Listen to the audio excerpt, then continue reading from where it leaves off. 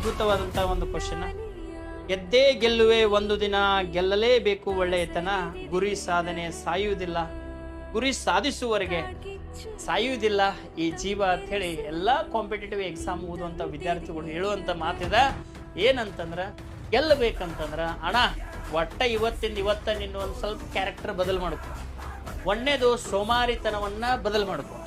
ಎರಡನೇದು ಒಮ್ಮೆ ನೀ ಕಮ್ಮಿಟ್ ಆದ್ರೆ ನಿನ್ನ ಮಾತು ನೀನ ಕೇಳಿರಬಾರ್ದು. ಚೆನ್ನಾಗಿ ಅಭ್ಯಾಸ ಮಾಡ್ಕೋ, ಚೆನ್ನಾಗಿ ಪ್ರಿಪ್ರೇಷನ್ ಮಾಡ್ಕೋ, ಚೆನ್ನಾಗಿ ರಿವಿಷನ್ ಮಾಡ್ಕೋ, ಒಳ್ಳೆಯವರ ಸಂಘ ಮಾಡ, ಒಳ್ಳೆಯವರ ಸ್ನೇಹವನ್ನ ಮಾಡ, ಒಳ್ಳೆ ಅದ್ಭುತವಾದಂಥ ಲೈಫ್ ನಿನಗೆ ಪಕ್ಕಾ ಸಿಗ್ತೈತೆ ಅಪ್ಪಾಜಿ.